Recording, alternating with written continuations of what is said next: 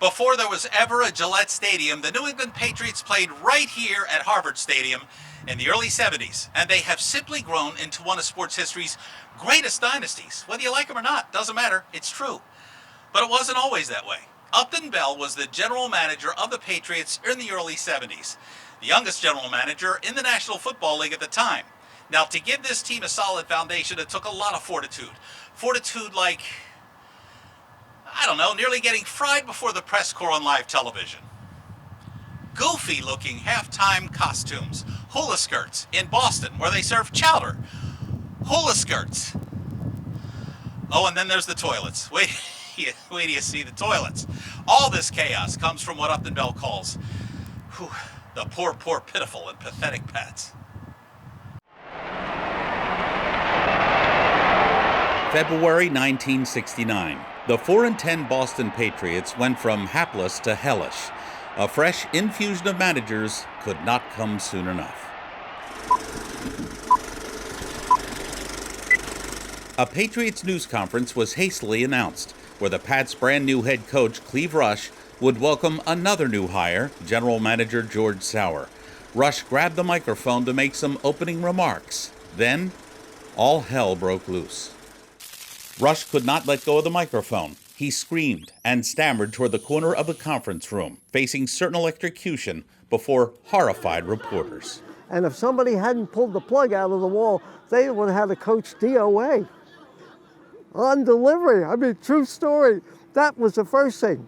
The second thing was that despite Rush's survival, nothing improved for the Rush-Sauer duo in '69. The Pats lost the first 7 games of another ghastly season.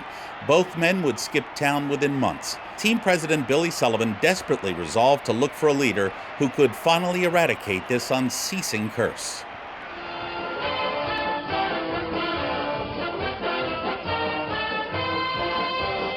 (1971), the Baltimore Colts won Super Bowl V, an offensive steamroller of a team with a rabidly loyal blue-collar fan base.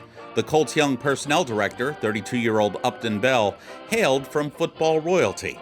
His father, Bert Bell, ruled the National Football League as its commissioner for 13 years and navigated 12 teams through some very dark days, saving the NFL from self-destructing more times than the football faithful ever knew. Sullivan, a former PR virtuoso who headed an unruly band of investors, immediately offered Upton Bell the job of Patriots general manager at $45,000 a year. Well, I made it with a lot of shock therapy. At his welcoming news conference in Boston, Bell, unaware of the near-death scare years before, was told not to touch the mic. He then told the room of skeptical reporters that the Patriots team would be entirely rebuilt into a winner. Somebody, the first writer, at that time, the Patriots weren't considered big. The New York Football Giants were still it here, and the Boston Herald had a full-time writer covering the Giants, not the Patriots. So he raised his hand and he said, "Mr. Bell, why would anybody who came from a great organization ever want to come here?" That was my first question. From then on in, it was semi-downhill. Essentially, I mean, there were so many factions here. There were 4 or 5 major owners, and there was a board of directors. And actually, I had finally gotten a phone at home and gave my number to all of them. But when it rang, I never picked it up. So I would avoid all of the cross-fighting and all of the problems. And Billy Sullivan and I didn't get along at all. In the end, it was a fight over wanting to get rid of the coach, but a bigger fight in that Sullivan didn't like all the publicity I was getting. I was just trying to build a championship team, and we sold the stadium out. We were doing well. Selling stadiums out. The Boston Patriots were essentially homeless, laughable vagabonds of the NFL. Tickets were made for Patriots home games at Boston University's Nickerson Field, Boston College's Alumni Stadium, Fenway Park on Yawkey Way, and Harvard Stadium. They turn for home. Windsock, Missile, and Jack Supat battling for the lead. Hope for the Patriots' permanent dream home finally came from the owners of a harness racing track 30 miles south of Boston in the sleepy town of Foxborough. They donated the acreage to Billy Sullivan in order to keep the team in New England. Construction for the new stadium was already underway. Sullivan, desperate to keep things under budget, cut corners everywhere he could. His low-cost approach would soon come back to haunt him. He did, however, find a company willing to pay $150,000 to give the stadium its name. Schaefer is the one beer to have when you're having more than one. More than one, of course, is a prime diuretic. And here's where Sullivan's miserly gambit flunked. We're now opening a new stadium in Foxborough, put together with stringing wire.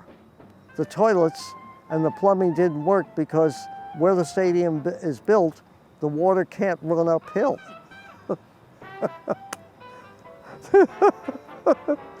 So they call the owners, there's about 10 of them, and myself, and we go out on a Saturday. NFL Films that happened to be there because they wanted to, shoot for the game.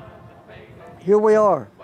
And they get on the loudspeaker system and they go, 1, 2, 3, flush.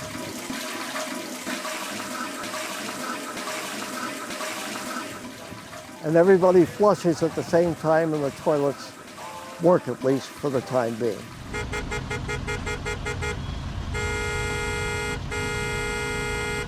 They hadn't figured that if you're going to have 30,000 cars coming down a slim Route 1, that you could have a traffic jam. It ended up being the largest traffic jam in Massachusetts history. There's still cars out there.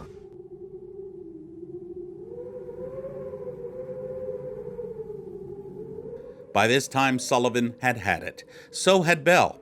After 2 years as the Patriots' general manager, Upton Bell was fired.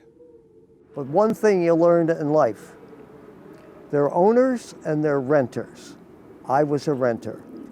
And you're always going to be in the NFL today. If you don't own a team, you are a renter. The renter got thrown out of his apartment by Sullivan. That's the bottom line. But not before Upton Bell left an everlasting hallmark. They were first known as the Boston Patriots, then the Bay State Patriots. Somebody like Bud Collins or somebody else said, of course they could be called the BS Patriots. And when I saw that, they were also making fun of Sullivan because he was BS, Billy Sullivan. I immediately, that week, got in touch with all the owners and I said, listen, we're moving to Foxborough. We're going to be in the middle of New England between Providence and Boston. I propose let's name them the New England Patriots.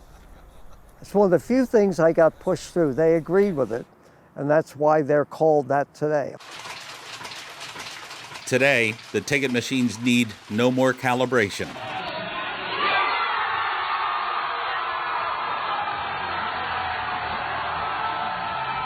And a team name change is highly unlikely. That's no BS.